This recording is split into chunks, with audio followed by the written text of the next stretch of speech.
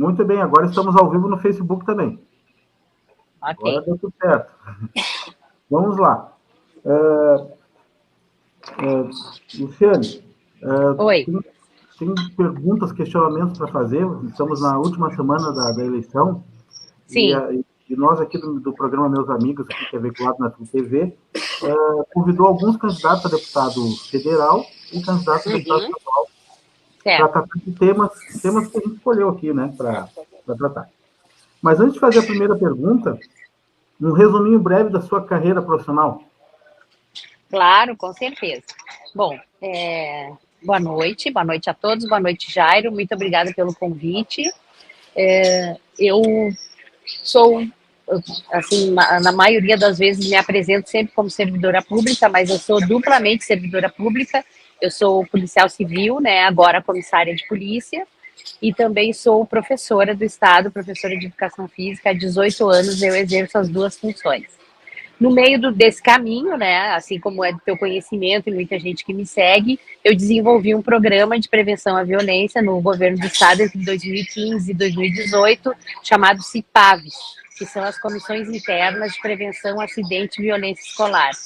Com esse programa, eu utilizei as minhas duas profissões, né, policial e professora, para desenvolver parcerias, para trabalhar questões envolvendo todo tipo de violência no ambiente escolar. Bullying, depredação, pichação, questão do trânsito, drogadição, tráfico.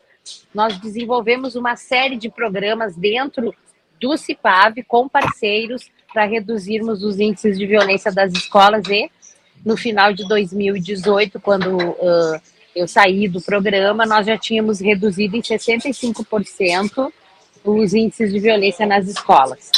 E a partir daí, né, segui fazendo o meu trabalho, depois eu saí do programa CIPAV e voltei, né, para a minha função policial e também professora. Só que ao invés de ficar na sala de aula, eu fiquei atuando da coordenadoria de educação como mediadora de conflitos. Então, eu atendia mais do que uma escola, né, como professora, e sim 80 escolas que pertencem àquela região de abrangência da Coordenadoria de Educação, e ali eu desenvolvia a mediação de conflito e também capacitava os alunos para serem mediadores de conflito. E agora, né, há cerca de 45 dias, eu estou licenciada das minhas funções públicas para fazer a campanha a deputada federal, qual estou concorrendo agora. Então, esse é um resumo básico assim da minha atuação profissional como servidora pública, né? Perfeito. Eu tenho uma lista de perguntas aqui que eu até já enviei, que eu faço a mesma pergunta para Certo. todos os candidatos, mas eu vou Aham. inserir uma a mais, porque hoje, à tarde, eu assisti um vídeo daquele rapaz que ele corre de sunga em Porto Alegre, e ele Ah, eu já ouvi falar. daí ele anda de sunga, correndo de sunga em Porto Alegre, e ele é funcionário público do Banrisul. Ele é TI do Banrisul há muito tempo. E ele estava correndo, hoje ele gravou um vídeo correndo com uma vereadora de Porto Alegre. E aí o tema deles era falar do Banrisul, defendendo o Banrisul e justificando o porquê da existência do Banrisul. E aí o que me deixou curioso foi que em nenhum momento eu vi alguém falar ali que o Banrisul era bom para a população. É um banco teoricamente de Estado, né? É um banco do Sim. Estado do Sul. E aí me veio a seguinte dúvida: qual é o benefício que um banco estatal, qual é o benefício que o banco estatal devolve ou promove para a população? Porque para manter uma instituição dessa é um negócio, não é fácil. Eu sei que o banco dá lucro, né? Mas aí quando eu fiz um questionamento para eles, né? No comentário fiz um questionamento assim, como é que funciona? Como é que um banco que dá um lucro desse, porque eles estão defendendo a não privatização do banco, tá? Como é que Sim. um banco que dá um lucro desse funciona em relação a devolver isso para a população? Do que a população se beneficia de um banco tão lucrativo como o Banco?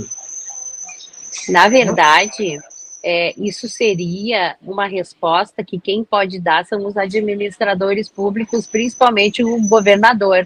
Porque como o estado do Rio Grande do Sul também é acionista desse banco, ele é considerado estatal, o governo do estado também, via de regra, participa dos lucros deste banco, e isso teria que retornar, né, para a população como investimentos em saúde, educação, segurança. Agora, se isso realmente acontece, eu não sei te dizer, mas para o servidor público que está lá e está fazendo essa campanha para não privatizar, é muito provavelmente porque ele não quer perder a estabilidade, né? Ele não quer ser um trabalhador de CLT que tem que cumprir horário, que tem metas para seguir, e se isso não acontecer, ele perde o emprego, e enquanto funcionário público, se ele não segue essas metas, ele segue empregado, né? Então, essa é que é a grande preocupação deles. Então, o pessoal da esquerda que briga pela não privatização é para ter do lado deles os servidores, né, do banco. Não que isso tenha realmente um significado de grande importância para a população em si. Isso tem muito a ver com os funcionários lá, servidores do banco. Foi o que eu percebi, porque eu fiquei esperando uma resposta contundente, assim, não, o banco tem lucro porque esse dinheiro todo que o banco arrecada vira posto de saúde, vira médico contratado, né? Esse dinheiro evapora. Sim. Né? Ele entra, o que o Estado recebe do banco, ele entra no caixa comum, né? Então não tem uma especificação, assim como, por exemplo, uma lei que os lucros do banco vão tanto por cento para a educação, tanto por cento para a segurança. Não existe nenhum projeto de lei assim que destina esses recursos. Então a gente realmente não sabe. Para nós é uma incógnita. Mas a grande briga do pessoal da esquerda que luta tanto para que tudo fique na mão do Estado é para que esses lucros fiquem com eles e para que eles possam utilizar da maneira que eles acharem mais conveniente. Agora, a promessa, ou seja, a garantia de que isso vá para a população, não temos. A outra pergunta que eu gostaria de fazer, Luciane, é a questão, uma questão assim que a gente tem percebido assim, que está muito sendo discutida, inclusive nas pesquisas do Google. A Bandeirantes fez uma parceria com o Google, né, no último debate presencial, e eles fizeram, e eu gostei muito da forma como foi feita essa pesquisa. Quer dizer, o Google levantou quais eram as preocupações da população em relação a esses debates políticos. E um dos pontos que apareceu ali foi a questão do emprego. Mas nós temos, de um lado, o governo diz que o emprego voltou, né, depois da pandemia, né? Vem crescendo a quantidade de ofertas de emprego. O outro lado, obviamente, diz que não. Mas apareceu uma característica interessantíssima nessa questão das pesquisas, das informações de emprego, é que existe emprego, mas não existe gente qualificada.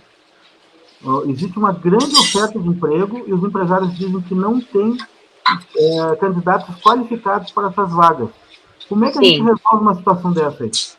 Resposta. Essa dicotomia que tu me perguntou sobre o vagas de emprego e falta de qualificação, para mim, na minha visão, é muito simples. Primeiro, as pessoas não estão se qualificando porque isso gera uma perda, né, de horários preciosos para eles que muitas vezes têm um bico para fazer, ou então quando algum membro da família vai sair para fazer um extra, alguém tem que ficar cuidando dos filhos. Então, a qualificação requer um compromisso diário ou semanal, ou depende de como é oferecida essa qualificação, e eles acabam deixando isso para depois, para outro dia, para outro mês, para outra semana, e não fazem, e acabam ficando em subempregos, porque não conseguem arrumar tempo para essa qualificação. Mesmo os municípios, o Estado, às vezes a nível federal, são oferecidas qualificações gratuitas, mas muitas vezes isso não chega ao conhecimento dessas pessoas que estão precisando se qualificar. E eu acho que a solução para isso, além de ser mais divulgado, buscar esse cadastro único dessas pessoas que estão utilizando os benefícios do governo federal, informar diretamente essas pessoas sobre essas qualificações e oferecer, né, já que é possível, o governo do estado ofereceu uma mesada para os alunos do ensino médio para não abandonar o ensino médio, isso poderia ser oferecido para a pessoa em troca da qualificação.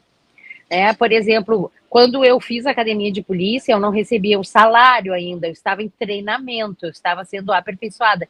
Eu recebia um soldo, que a gente chama. É um incentivo para que, enquanto tu te mantém estudando e aprendendo, tu tem algum rendimento. É bem menor do que quando tu estás exercendo a função, mas naquele momento é um auxílio muito importante. Então, eu acredito que uma das soluções seria essa: buscar esse cadastro dessas pessoas que estão utilizando esses recursos que o governo oferece, oferecer qualificação para elas e, junto com isso, oferecer uma gratificação para essas pessoas se qualificarem. Porque a qualificação, além de elas saberem assim, ó, no lugar daquele bico que eu ia fazer para ganhar 100, 200 reais, eu vou receber para me qualificar e vou ter chance de ter um bom emprego de carteira assinada com todos os benefícios que eu preciso. Então, são pequenos incentivos que, ajustados, resolveriam bastante essa questão dessa dicotomia, no meu entendimento. Perfeito. Eu acho que esse é o caminho mesmo. Luciane, essa pergunta que eu vou fazer aqui, eu fiz para os outros candidatos, e ele tem muito a ver com um projeto seu também. Mas assim, mais voltado para manter o aluno na escola. Tem projeto para manter o aluno na escola, através de inclusão no esporte, atividades culturais, alguma coisa assim? Não. Na verdade, tem muita ONG que faz esse trabalho. A gente sabe o seguinte: aonde o Estado não está presente, quem toma conta ou é a sociedade civil organizada, né, através de ONGs ou projetos sociais ou comunitários, ou o crime. A criminalidade ocupa esse espaço também, né, cooptando os jovens para participar do crime, para poder comprar aquele tênis, para poder ter uma roupa de marca, né, para poder ficar na moda. E todo jovem gosta de se sentir incluído, né, em algum grupo, e ele se sente incluído quando ele usa o que os outros usam, quando ele faz o que os outros fazem. E como ele não tem renda, e ele não tem qualificação para buscar uma perspectiva de ter uma renda melhor, ele acaba entrando para o mundo do crime, sim, e o tráfico está ali esperando para chamá-los. Essa questão, assim, muito sensível, de oferecer alguma coisa que traga um plus a mais, porque a nossa educação, ela é muito ultrapassada ainda. Aquele formato do quadro, da classe, do professor, hoje em dia tudo tão digital, tudo tão rápido, eles não têm paciência para ficar copiando coisa do quadro, fazendo tema, né? Apesar de ser necessário também, só isso não é mais suficiente. Então precisa de projetos, né? Projetos na escola que façam com que ele tenha interesse em ficar lá. O esporte é fundamental, porque tu não tens como saber se tu tem alguma qualidade física diferenciada dos outros sem tu ter experimentação esportiva. A mesma coisa, como tu vai saber se tu tens algum talento para música, para dança, para o teatro, se tu não tem essa experimentação. E é dentro da escola que tu tem que oferecer isso. No turno inverso, né, ou em projetos que tragam as famílias e esses jovens no fim de semana para a escola, para fazer uma atividade diferenciada. Precisa se buscar que eles despertem esse interesse. Mas eu vejo que a gente está seguindo um caminho inverso. Por exemplo, a educação física escolar, ela está sendo retirada aos poucos do currículo. Né? O ensino médio, o ensino fundamental, que tinha 3 horários, 3 períodos de educação física por semana, agora tem 2 ou 1. O ensino médio só tem no primeiro ano 1 período e depois ele vai ser opcional ou nem vai ter mais. Nem se vai ter essa opção. Aonde que um estudante de baixa renda, né, vai ter condições de ser apresentado ao esporte com um profissional qualificado, formado em educação física, sem ser na escola? Ele não vai ter condições de ir para uma academia, para um clube, de pagar, de fazer aulas regulares para descobrir o seu talento. Ele precisa daquele profissional na escola. E esse caminho inverso que a gente está seguindo, nós estamos retirando a educação física, a educação artística também está sendo retirada, que era ali que ele tinha um pouco de experiência com as artes em geral, não só com desenhos e pinturas, mas também com a dança, com a música, né? A educação artística contemplava essas outras experiências, e tudo isso está sendo retirado, porque o objetivo do ensino médio agora, principalmente, é focar no mercado de trabalho. Então, ele vai escolher exatas ou humanas e vai focar no mercado de trabalho e supostamente talentos que ele teria para outras atividades que poderiam deixar ele longe da criminalidade estão sendo excluídas do currículo escolar, deixando esse jovem mais distante ainda de uma possibilidade de se manter na escola. Ele vai sair, ele não vai voltar mais, e a gente sabe que a questão da busca ativa não funciona, esse aluno abandona a escola, ninguém encontra mais ele, né? Não se sabe se ele já morreu, se ele já mudou de cidade, o que ele está fazendo. O Estado perdeu o controle desses jovens a partir dos 14 anos, 13, 14 anos, a maioria deles estão perdidos. É bem complicado isso, e tu tá certíssimo. Projetos de educação física, educação artística, que tragam artes, que tragam esporte, eles estão carentes demais, não existe mais, e talvez essa seja uma das consequências do nosso IDEB, né, que é o Índice de Desenvolvimento Educacional Brasileiro, ter saído do 4º lugar para o 11º, né? Isso pode ser também uma causa. Perfeito. Luciane, outro tema que eu gosto muito de abordar é a questão do transporte público. Aí eu cito várias situações aqui da região metropolitana de Porto Alegre que apontam para um problema muito sério, porque isso aí vai piorar, não tem como melhorar, né? Se lutou muito, há muitos anos se lutou para ter aquela outra via, que é a 448 ali, para desafogar a 116. Pois hoje, o que a gente vê? A 116 continua congestionada, né? Agora, nessa questão da nova ponte, a nova ponte ali do Guaíba, que foi inaugurada, a gente parou, a obra está parada. A obra está parada, as alças ali não foram terminadas, parece que tem um problema de desapropriação ali, né? Quer dizer, inclusive até eu posso falar, até o governo federal fez um frufru ali, né? Fez uma inauguração. Sim. E além disso, ainda tem um problema estrutural ainda lá no final, perto das ilhas, que a ponte foi feita numa altura mais baixa do que deveria ser, numa eventual subida do nível do Guaíba ali. Né? Eu já vi até uns remendos nela já. Além disso, a gente tem um problema seríssimo no trânsito de Porto Alegre. Né? Porto Alegre não foi uma cidade planejada, então ela tem aquele afunilamento para o centro de Porto Alegre ali, que transforma aquilo num caos. Né? A gente não vê projeto nenhum, porque eu gosto de tocar numa ferida que é a seguinte: a gente sabe que tem político que se elege pelo financiamento do empresariado do meio de transporte. Tá? Então a gente sabe disso. E aí o que acontece? O empresário do ônibus, ele não quer meter um trenzinho em Porto Alegre, porque ele acha que ele vai perder dinheiro. Né? Então eu queria saber o seguinte: tem como enfrentar essa questão do transporte? Isso aí é fundamental. Você atrasa a vida das pessoas, as pessoas têm que acordar 2 horas mais cedo e chegar 2 horas mais tarde em casa por causa de um problema de transporte. Né? É verdade. Olha, a região metropolitana é um caso muito sério, e inclusive o prefeito Melo aqui da capital, ele tem uma ideia muito boa que ele não consegue implementar de jeito nenhum, que é a integração do transporte. Ele está lutando por isso desde que ele assumiu a prefeitura. Ele é incansável nessa questão, porque ele mesmo, ele diz que já foi feita uma pesquisa, já foi feito um levantamento, que os ônibus acabam chegando vazios na capital, às vezes com 1, 2 passageiros, porque ele é o passageiro que pagou a passagem lá em São Leopoldo, Novo Hamburgo, Canoas, e ele não integra com o transporte coletivo da capital, ele não integra com Cachoeirinha, mesmo passando por outras cidades, ele não integra, ele é daquela cidade que ele saiu. E isso já é um problema muito, muito antigo, e é uma situação ultrapassada, isso não pode mais acontecer. A questão da demora dos ônibus, da redução das frotas, também foi justamente por isso, por conta da diminuição do número de passageiros.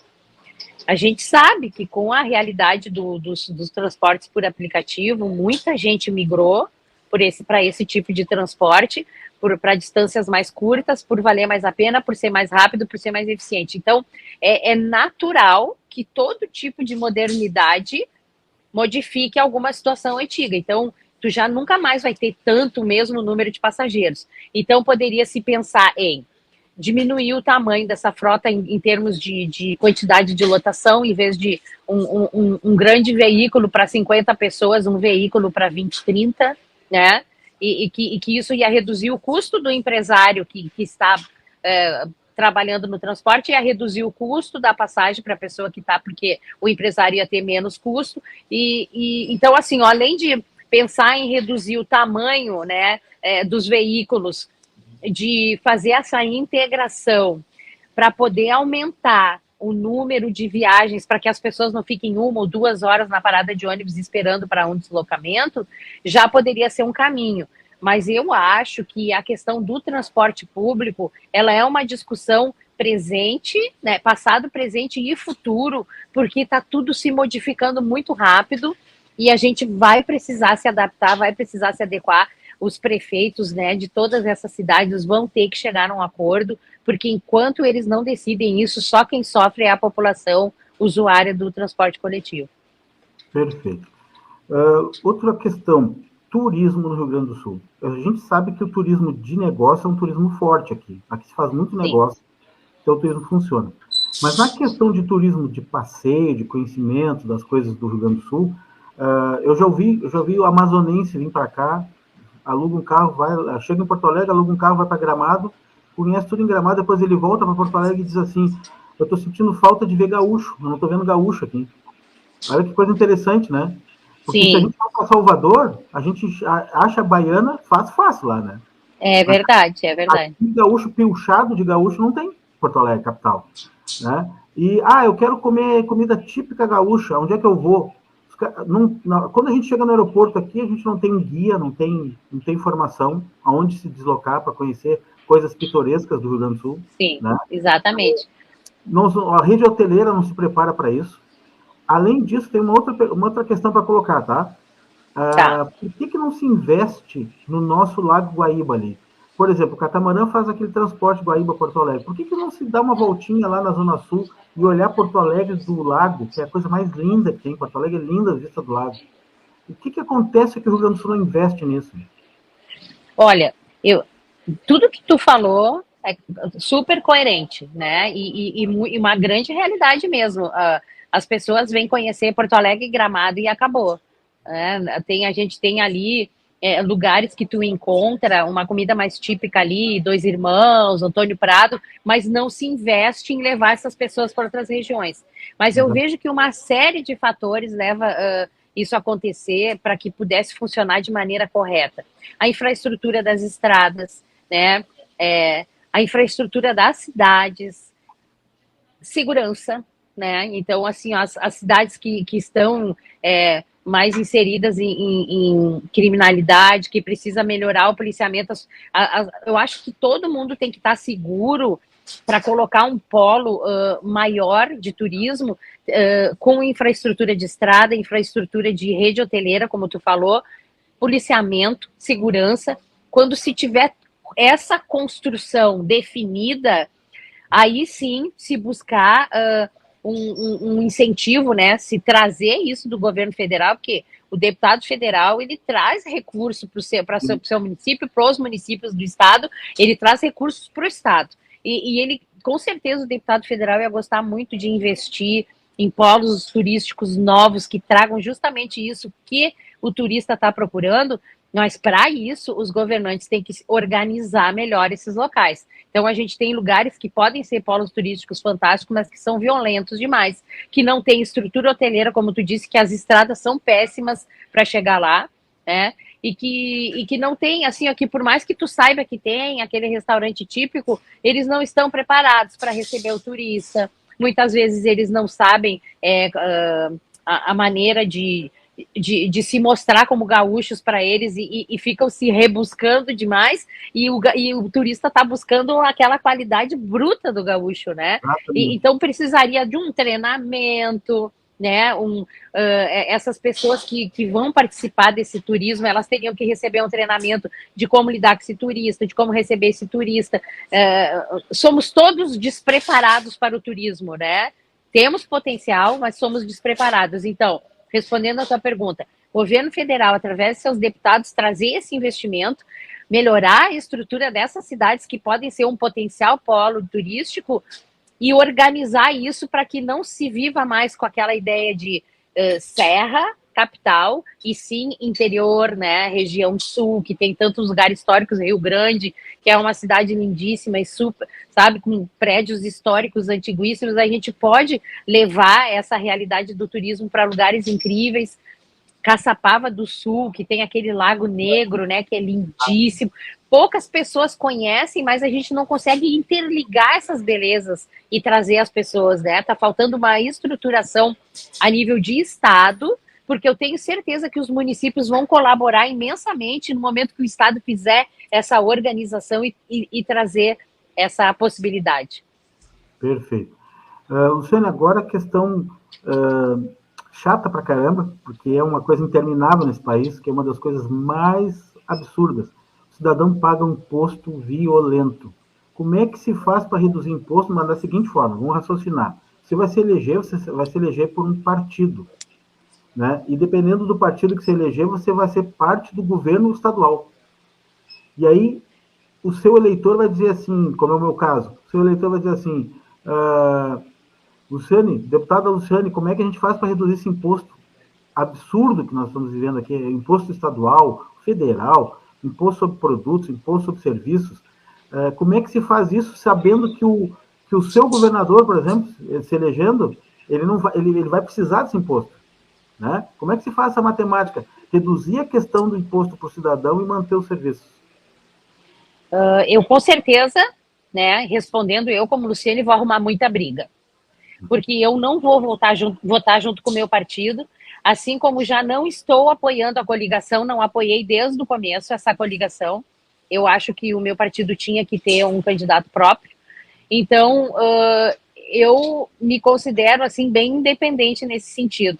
Eu não acho coerente um político votar a favor do partido porque a maioria decidiu e ele não está representando seus eleitores ali, ele está representando o partido dele ou seus eleitores. Então eu sou contra isso, né?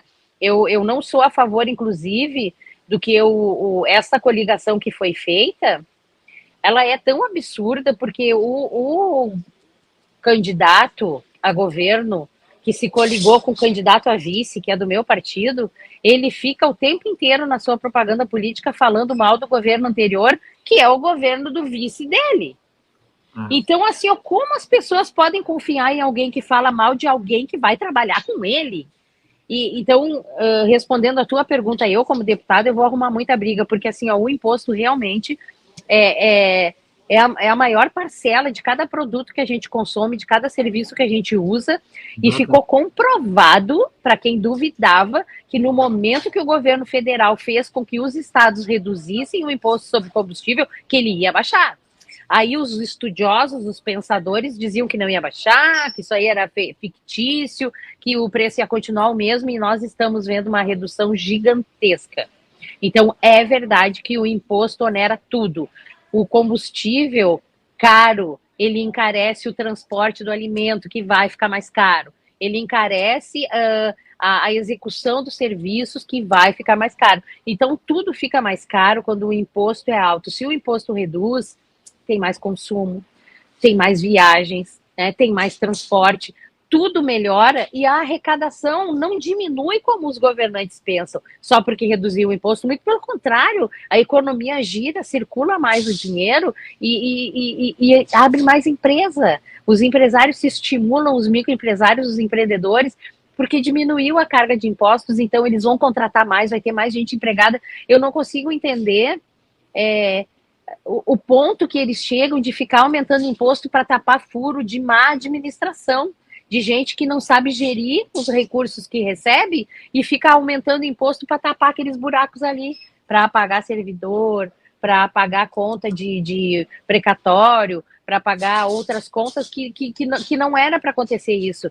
Uma boa administração não precisa aumentar imposto. Então, respondendo a tua pergunta, sou totalmente contra e vou brigar para que eles se reduzam cada vez mais. Porque está comprovado que a gente não perde, muito pelo contrário, a gente ganha. Porque mais gente se emprega, mais gente trabalha, mais gente abre empresa e a gente ganha mais com o imposto mais baixo. Perfeito. A outra pergunta, agora a minha última antes da conclusão, é a questão da saúde.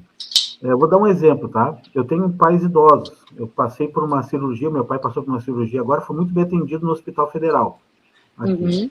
E depois, minha mãe teve um AVC, minha mãe é de Esteio, e a minha mãe teve que passar por 2 hospitais, o de Esteio e o de Sapucaia. Existe uma diferença abissal entre um e outro. Um não tem gente, não tem equipamento estragado, e o outro bem organizado, e os dois SUS. Então, assim, dá para perceber que, imagina, uma cidade que é vizinha de Porto Alegre, que a gente já tem alguma dificuldade, imagina o interior, que ainda entra ano, sai ano, entra eleição, sai eleição, a gente continua com aquelas vanzinhas das cidades do interior trazendo gente para ser atendida aqui em Porto Alegre. Aí, a ambulância terapia. Isso, exatamente. O que eu tenho visto nos últimos anos, que eu prestei muita atenção, pensei, isso vai mudar, né? Não, os deputados continuam conseguindo verba para comprar ambulância. Mas e os Exato. E os hospitais, aqueles hospitais que a gente não ia construir por causa da Copa, estádios, né? É melhor construir estádio que hospital. Quando é que o brasileiro, o gestor brasileiro, vai começar a prestar atenção que precisa investir em saúde? Vai enfrentar isso aí lá em Brasília?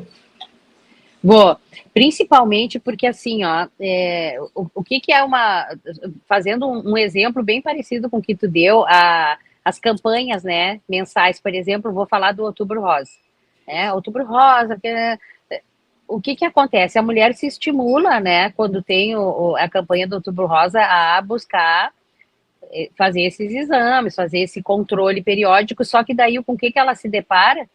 Que não, ela vai conseguir agendar essa mamografia, esses exames preventivos para daqui a 1 ano ou 2 só. Ela não consegue fazer o exame. Ou seja, a campanha acontece no ano, mas ela vai conseguir fazer esse exame, ver se ela está tudo ok, muito tempo depois e às vezes tarde demais, né? O sistema público acaba gastando o dobro, porque como ele não trabalha na prevenção, né, nos exames regulares, na prevenção, ele vai ser obrigado depois a bancar os custos da cirurgia, do tratamento, e tudo isso vai ter que ser custeado pelo Estado, medicamento. É uma burrice isso, né? Uma burrice. Porque se eles trabalhassem na prevenção, né, colocar unidades de saúde que priorizem sempre os exames regulares, o acompanhamento regular, como aquela medicina da família, que é muito bom, né, que eles conhecem a família toda, eles sabem o histórico das crianças, dos idosos, eles sabem, tá na época de tu fazer tal exame, já vão começar a buscar um encaminhamento, um agendamento. Esse tipo de trabalho preventivo, esse cuidado antecipado, ele reduz, assim, gigantescamente o investimento em saúde. Mas como se espera estourar tudo, aí quando estoura, a pessoa que mora lá em Arvorezinha, Igrejinha, não sei aonde, não tem hospital, não tem nada, vai ter que ter uma ambulância para levar para um grande hospital de um centro urbano, ou Santa Maria, Porto Alegre, Passo Fundo, onde tem os grandes hospitais, para poder receber esse tratamento e ficar lá. Daí a família toda tem que se mudar, às vezes é um tratamento longo, a pessoa fica internada, a família não tem aonde ficar, não pode ficar no quarto, porque não tem acompanhamento, né? E ela vai ter que viver de favor dos outros para poder ficar naquela cidade acompanhando o tratamento, ou seja, está tudo errado. Tem que brigar por isso, sim, tem que modificar, tem que investir muito forte na questão do tratamento preventivo, dos exames regulares, aumentar o número a capacidade dos exames regulares para que as pessoas mantenham sua saúde em dia, tomando medicamento controlado, tudo que precisa para evitar essa explosão depois de emergências, de casos de emergência, que precisa migrar para os grandes hospitais. Então, essa briga tem que ser comprada, isso tem que ser modificado e não tem mais como se manter desse jeito. É impossível. É impossível. Perfeito. Luciano, para encerrar agora, então, eu sei que você tem um projeto já que foi muito bem sucedido aqui, desde a época do governo Sartori, que foi implementado. Já tem um histórico de benfeitorias para a população. Qual o seu projeto que você vai levar para Brasília? E a última é, por que votar na Luciane Manfro? Olha, não é só um, tá? São vários. Muito inclusive, quem quiser acessar ali o meu Instagram, que no fim a gente teve que parar de transmitir porque não deu certo, que é o luciane.manfro. Ali eu, ao invés de só escrever aquela lista de propostas, eu explico cada uma delas em vídeo, que eu acho que é uma forma mais sucinta, mais moderna, mais prática e qualquer pessoa pode compreender. Mas se tu quiser que eu elenque que seria meu grande, né, desafio, que eu quero levar para lá, seria aumentar o IDEB da educação no Rio Grande do Sul, tá? Que nós já fomos referência em educação, nós já fomos exemplo que todo mundo que saía do Rio Grande do Sul conseguia qualificação em outras universidades, conseguia assim se colocar muito bem no mercado de trabalho, e hoje em dia a nossa educação é um lixo, né? E nós estamos só despencando do 4º lugar, a gente foi para o 6º, aí depois para o 8º, a gente ia pulando de 2 em 2 degraus para baixo. E agora somos 11º já no país, a nossa educação é a pior. E quem segura um pouquinho a gente ali nesse 11º lugar, que não é o último, né, são as escolas privadas. Porque o IDEB ele é medido com escolas municipais, estaduais e privadas. Quem segura o nosso IDEB ainda ali no meio é a escola privada. Porque o ensino público, se fosse avaliado somente ele, nós seríamos os últimos, porque é uma das piores, né, sem dúvida. Então, o meu grande desafio é esse, porque para melhorar a educação tem que melhorar tudo, tem que melhorar a remuneração do profissional da educação e não só o professor, né, a merendeira, o servidor da escola que limpa a escola, todo mundo envolvido na educação precisa de uma remuneração decente, precisa melhorar a estrutura das escolas, porque nós temos mais de 600 escolas sem energia elétrica, que nunca foi resolvido isso, não se tem jeito de resolver, eu não consigo entender, fica 1 ano, 2, 3 sem energia elétrica, ninguém consegue resolver. Então, a educação precisa de uma reestruturação geral, inclusive a mantenedora, que é a Secretaria de Educação. Ela é uma secretaria pesada, é uma máquina velha que não funciona, e as pessoas que estão lá, a maioria está lá porque está cansado de estar em sala de aula, não quer mais dar aula, daí foi trabalhar na Secretaria da Educação. Não temos pessoas capacitadas lá para gerenciar essa massa de pessoas que é a educação. São mais de 2.300 escolas, um universo de 900 mil estudantes e tudo falido. Mas um projeto preventivo, que foi o que, digamos, me lançou na política, que é a questão da CIPAV, com certeza quero levar para todas as escolas do país. Acho fundamental que aquela sementinha que se planta na escola vai ser colhida na sociedade depois como um cidadão diferenciado, né? Aprendendo a falar sobre temas importantes. Tirar essa ideologia política, né, e com viés político de dentro das escolas, né, a escola é lugar para aprender, para socializar e não para massificar e doutrinar, é bem diferente, isso também tem que ser retirado, e também a questão da saúde mental, que para mim é fundamental, a gente não tem um serviço de saúde mental adequado na rede de saúde pública, nós temos números de suicídios, assim, absurdos e que triplicaram durante a pandemia, jovens em estado de depressão sem esse diagnóstico, né, sem o diagnóstico, e sendo levados a todo tipo de situação de violência, de depressão, de tristeza, de isolamento e de conflito, né, porque uma pessoa com a sua saúde mental abalada, ela está em conflito com ela e, por consequência, ela vai entrar em conflito com as outras pessoas. E seriam, assim, as principais ações que eu gostaria de entrar na briga.